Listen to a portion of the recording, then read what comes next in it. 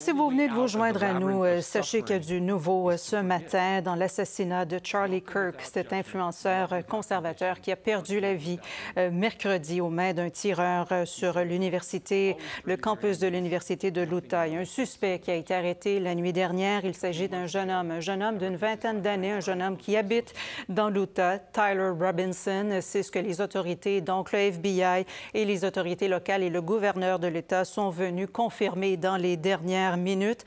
Le jeune homme est passé aux aveux auprès d'un proche, auprès d'un membre de sa famille. Il semble aussi que dans les semaines précédant l'événement, il aurait eu des propos au sujet de Charlie Kirk, disant qu'il allait venir sur le campus, qu'il n'aimait pas cet homme-là, que c'est un homme qui semait la division et qu'il s'en venait justement à l'université. Il a tenu également des propos assez incriminants auprès d'un colocataire. Son père aussi qui a reconnu les images de son fils qui ont été diffusées à la suite des événements. On va retrouver donc Marcel Savard, ex-directeur adjoint à la Sûreté du Québec. Alors, Marcel, donc, on se rend compte que finalement, le jeune homme est passé aux aveux auprès de ses proches. Ce sont ses proches, d'ailleurs, qui l'ont incité à se livrer là, aux autorités.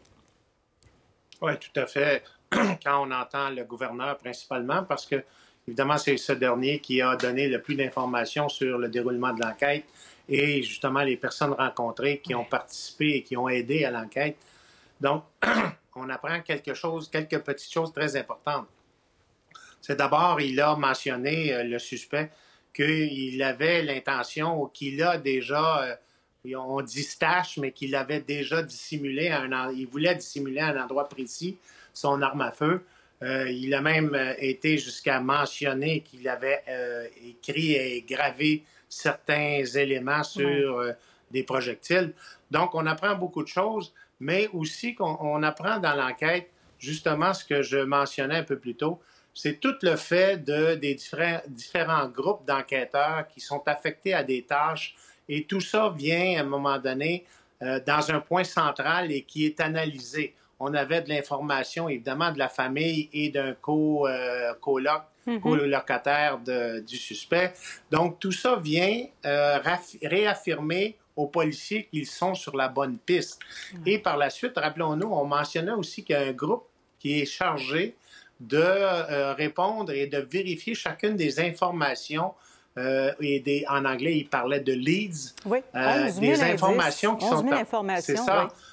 C'est ça qui est apporté. Et on parle de plus de 11 000 signalements qui doivent être vérifiés les uns après les autres. Et même si aujourd'hui, on prétend avoir fait l'arrestation du suspect, chacun de ces indices-là et signalements va être vérifié pour voir s'il peut y avoir un lien. Parce qu'on doit éventuellement démontrer la chronologie, la ligne de temps de tout cet événement et toute la planification qu'il a fait, parce que même si on est aux États-Unis, je ne suis pas juriste, mais la différence, ici, on verrait une différence entre un meurtre premier degré ou un meurtre second degré. Voilà.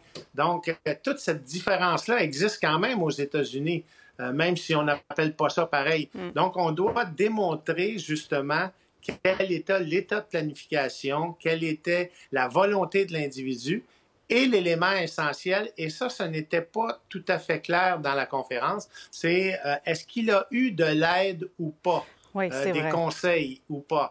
Et ça, ce n'était pas clair, mais j'imagine que c'est volontaire. Parce que si effectivement on est sur une piste d'avoir aidé, d'avoir été complice, on ne veut pas alerter ces complices-là.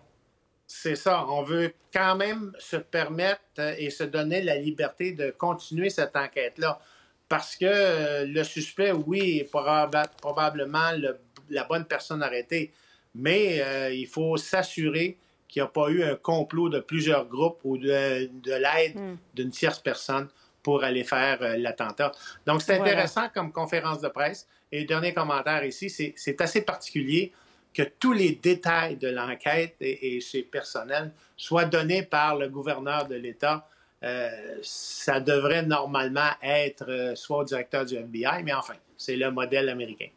Voilà, c'est de cette façon que ça s'est passé. Marcel Savard, donc ex-directeur adjoint à la Sûreté du Québec. Écoutez, on vous remercie beaucoup de nous avoir aiguillés, de nous avoir éclairés sur ce qu'on a entendu dans les dernières minutes aux États-Unis. Merci, bonne journée. Au revoir.